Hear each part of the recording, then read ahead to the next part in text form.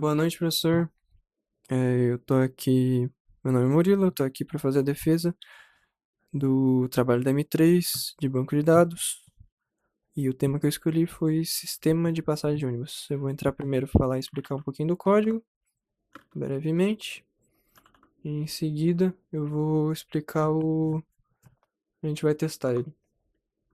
No caso aqui, eu escolhi fazer com TypeScript, com o ban.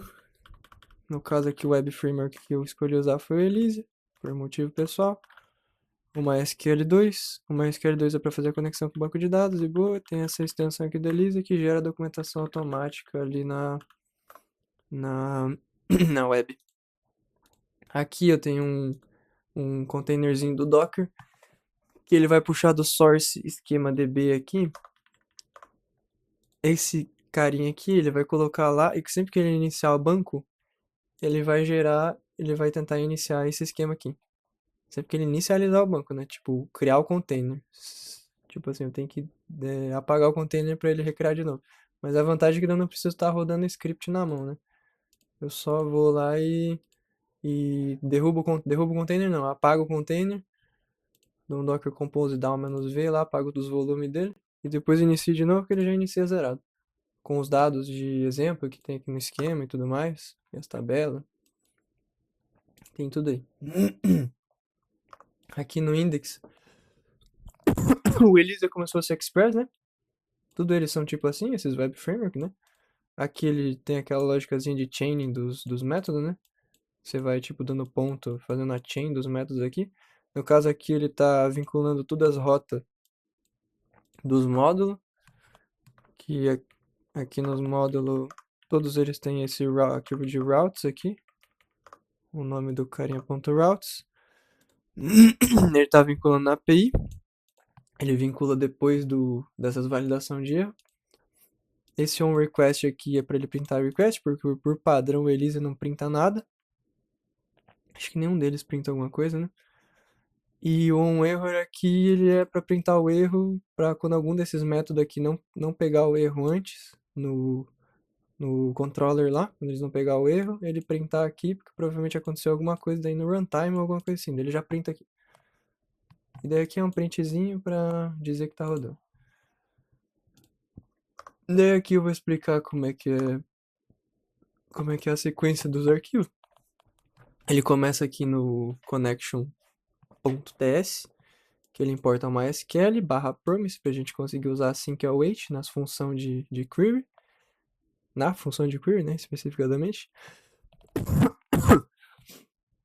Ele faz a conexão puxando as variáveis de ambiente do host, a porta, o user, aqui tá tudo como padrão, porque lá na variável de ambiente também tá tudo isso aqui. Mesmo se não tivesse, ele ia cair, ia funcionar. Ia cair no segundo valor. Aqui ele também tem essa função de build update, que ele vai escrever uma query de update específica para os campos que o cara quer dar update, porque eu deixei que o cara pode fazer update parcial, né? Que é o normal do cara conseguir fazer. E, sei lá, ele tem um usuário dele não, passageiro, ele quer mudar só o nome. Daí ele vai pegar aí o código, ele vai passar a tabela, os dados, no caso o dado vai ser só nome alguma coisa, o ID do passageiro, o campo do ID, né? Que ele quer buscar, e o ID em si, que é o ID do passageiro. Daí ele vai pegar e criar essa query especificadamente com os campos aqui. Ele vai fazer vai pegar as chaves, filtrar pelo que está vazia.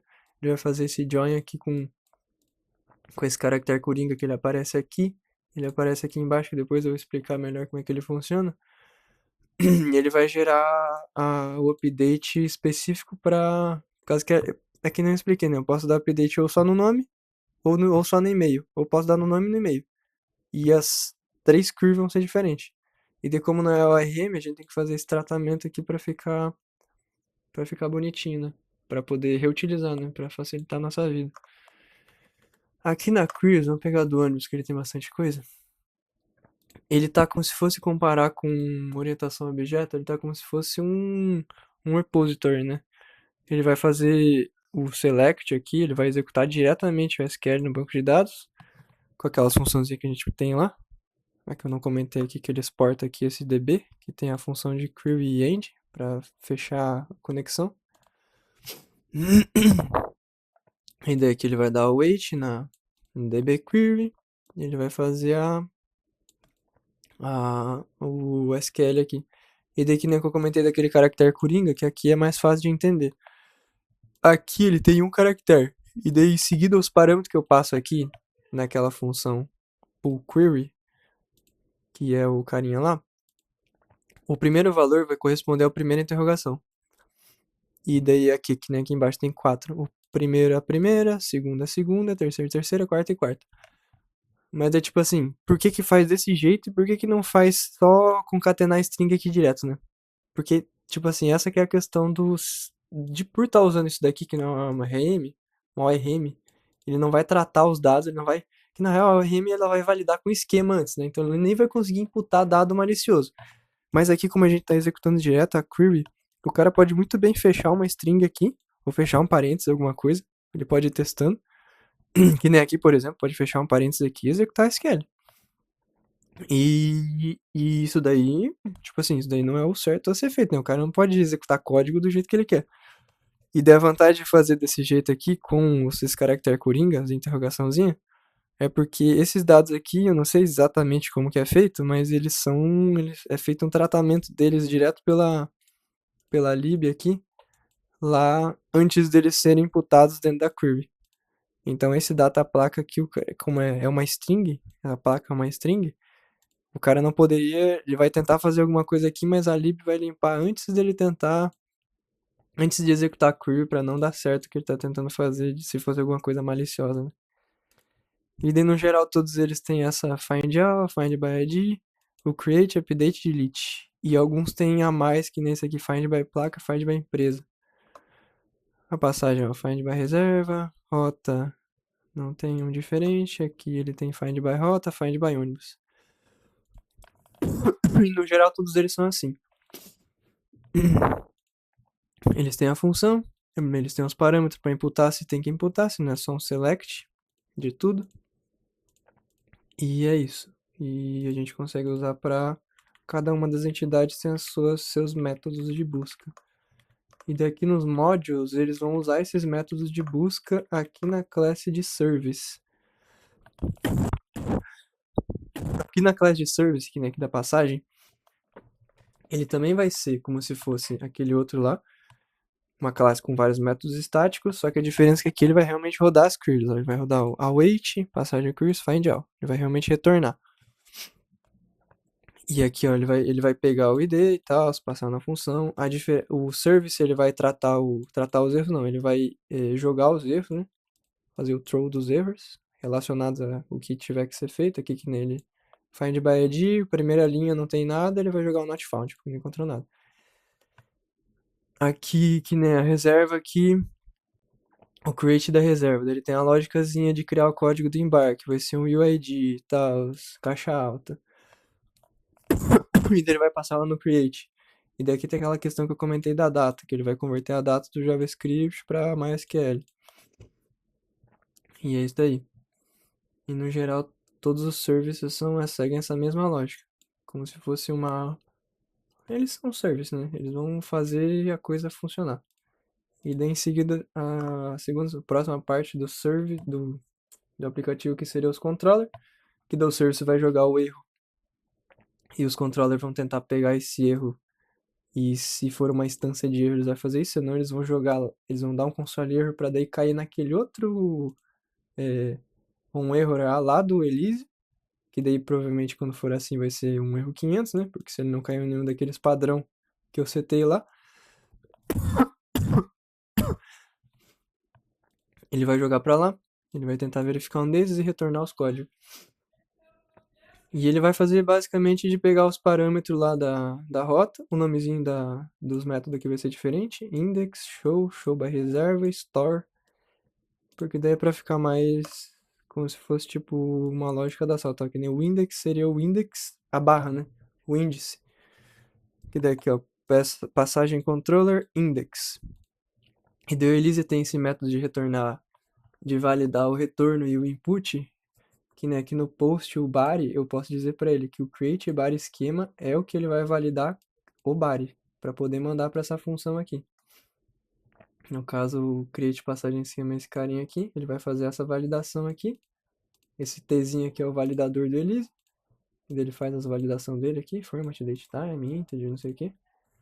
E dele também tem esse validador de response, ou seja, ele valida o input e o output. Ele vai validar se o que está voltando desse controller aqui, retornando, também está passando nesse esquema aqui. Pro código 201. Só se retornar 201.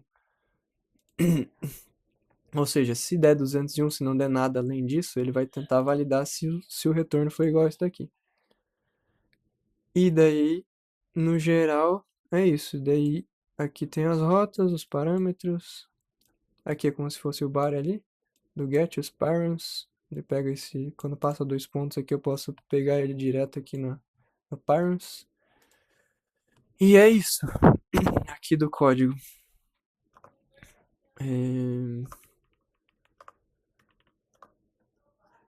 É isso daí.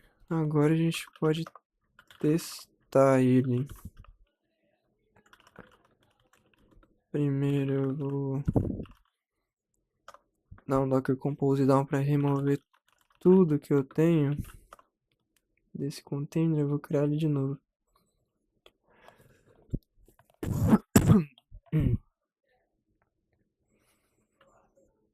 Ele vai demorar um pouquinho e daqui a pouco ele vai terminar de criar. Enquanto isso, eu vou iniciar o servidor do Elysia. Ele já iniciou aqui. O Elysia tá rodando na 3000. E o que eu comentei lá da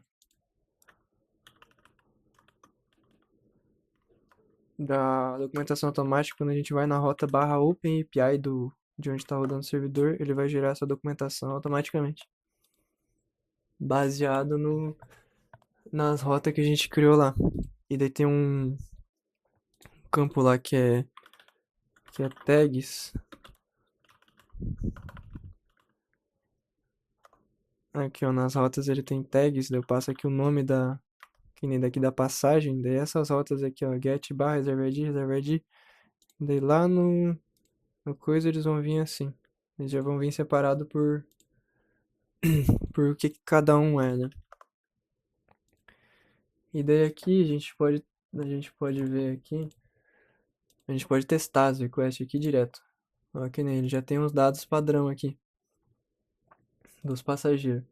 Aí se eu quero criar uma passageira aqui, ó, Murilo. Eu vou aqui gerar um CPF.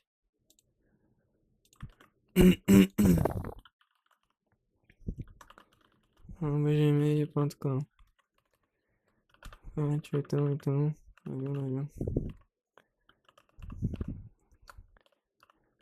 319. Eu consigo criar aqui. E daí agora aqui tinha só 3 e agora ele tem 4. Eu consigo buscar o passageiro por ID. Padrão. Eu consigo modificar os dados dele. Eu consigo colocar Murilo Dressel 4. Agora é Murilo Dressel, que tava Murilo Dressel, ele atualizou meus dados. Ele tem as validações que eu comentei do e-mail. Se eu tentar criar aqui, ele vai falar que o e-mail tem que expect string match e-mail format. Não deixa eu criar. Eu consigo deletar um passageiro também. Passageiro removido. Se eu tentar procurar o ID4, não existe mais. Se eu der um get em tudo aqui, também não existe mais. E do passageiro é isso. Eu consigo ver todas as reservas que eu tenho aqui. Vou pegar uma data de reserva aqui. Eu vou colocar para as 8, no 110, do passageiro 1, da viagem 1. O passageiro já pôs reserva nesse ônibus, eu acho que ele já... ID1, viagem 1. Vamos colocar na viagem 2. Daí ele criou uma reserva. Ele criou a reserva 4, a gente tinha 3 reservas. Eu criei uma reserva para o passageiro 1 na viagem 2. E aqui eu também consigo buscar as reservas pelo ID do passageiro. O passageiro não tem quais reservas. Tem essas duas que eu criei agora há pouco. De 21 e dia 20. Eu consigo buscar as reservas por viagem. Quem tem reservas na viagem 1. Só tem uma reserva na viagem 1. Na viagem 2. Na viagem 4. Não tem ninguém. Eu consigo também deletar as reservas. A última que eu criei foi a 4. Eu posso vir aqui, eu posso deletar as reservas. Ele apagou a reserva. Agora se eu procurar aqui, a reserva já não existe mais. Eu posso atualizar os dados de alguma reserva. Que nem a reserva 13, eu quero trocar o status de confirmado para... Deixa eu ver que ele valida os dados aqui na...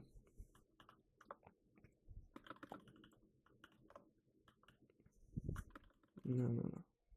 Aqui. Confirmado, cancelado e pendente. Mudar para cancelado.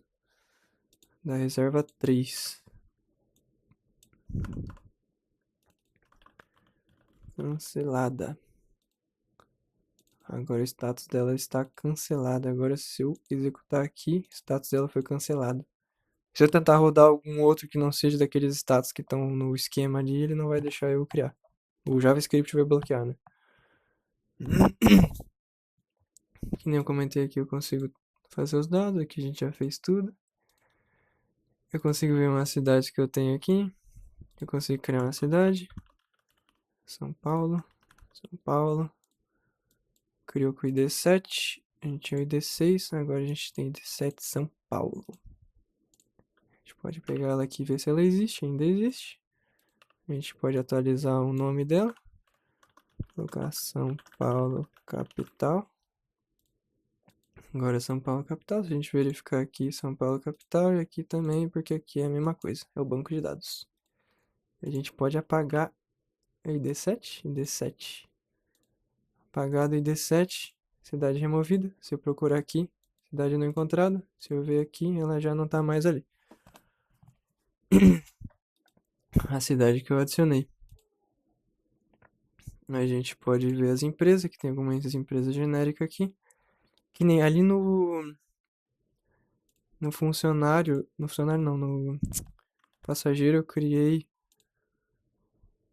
a empresa, ele com os caracteres especial. Aqui eu vou testar criar sem os caracteres especial pra gente ver que funciona também.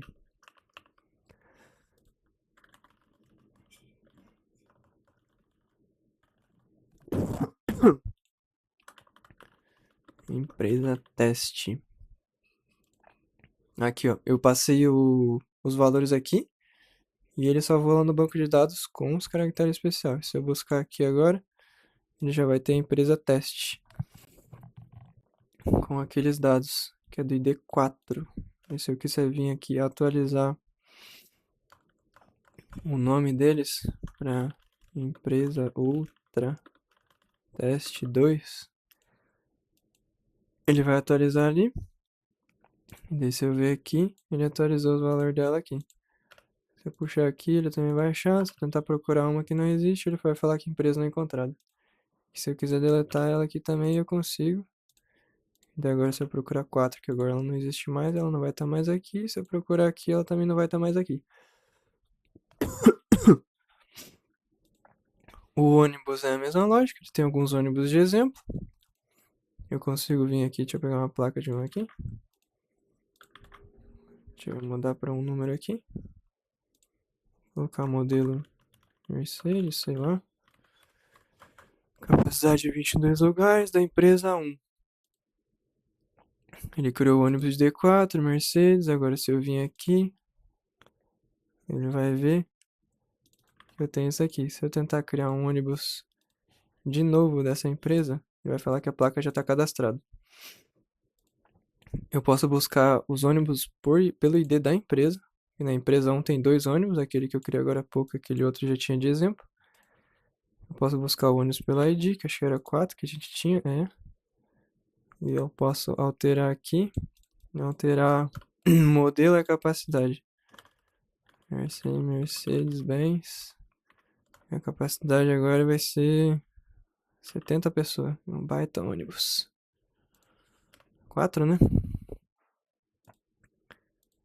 Agora eu atualizei para 70 pessoas, Mercedes-Benz. Agora se eu for ver aqui, ele atualizou bonitamente. Aqui também. Se eu quiser, eu posso apagar ele, ônibus removido. Agora se eu vim aqui na empresa 1 que tinha 2 ônibus, ela não tem mais. Se eu vim aqui no Get que tinha 4 ônibus, não tem mais. Se eu procurar o ID4, não existe mais. Eu posso criar uma rota também. No caso aqui as rotas que já existem. Da cidade 1 ao 4, deixa eu ver, 2, 3. Eu vou criar uma do 2 ao 4. Da cidade 2 até a cidade 4. Tempo estimado vai ser 2 horas e 40 minutos. A distância vai ser 100 km. E agora ele criou uma rota nova da cidade tal para cidade tal. Se eu vim aqui, ela já está aqui no banco de dados. Com todas as informações que eu coloquei. ID 5. Se eu quiser dizer que a distância agora é 400 km, eu posso vir aqui, que agora ele vai atualizar ali para 400 km. E se eu quiser também eu posso apagar ela. Rota removida. Agora se eu tentar ver aqui se ela tá ali, né, já não tá mais. E se eu procurar 4, acho que era, não, era 5. Rota não encontrada.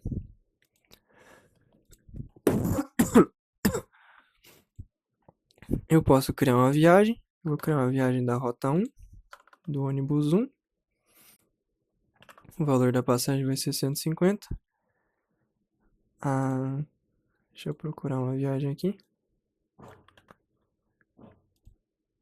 A data de partida vai ser essa daqui e a data de chegada vai ser às 9. E daí ele criou uma viagem com a data de partida das 8 às 9, a rota 1. Que a rota 1 é essa da cidade 1 até a cidade 2, a cidade 1 até a cidade 2 é Florianópolis até Blumenau. Com o valor da passagem de 150. Esses dois métodos aqui de pagamento e passagem foram os únicos que eu não criei o update de Elite, porque na lógica não. O pagamento depois que ele processou não tem meio que como apagar, né? Tipo assim, meio que processou, daí, tipo assim, só essa questão aí que talvez seria. Teria que ter alguma outra coisa, tipo, invalidar pagamento, alguma coisa assim. Mas aqui tem os pagamentos eles têm o ID deles, a data que foi feito e o valor que foi feito, o método de pagamento, o status e o ID da reserva. No caso, deixa eu pegar uma reserva aqui. Reserva 3. Não sei se ela já não tem pagamento. Reserva 3 já tem pagamento. Eu vou criar uma reserva nova.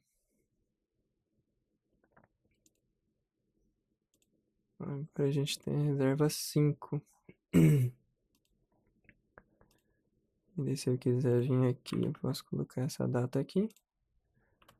Valor de 150, método de pagamento vou colocar Pix. Reserva 5.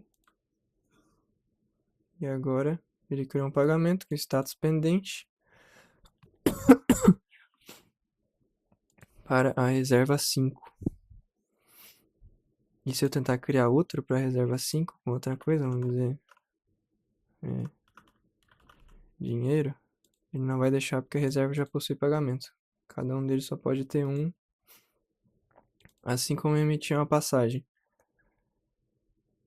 Vou pegar essa data aqui.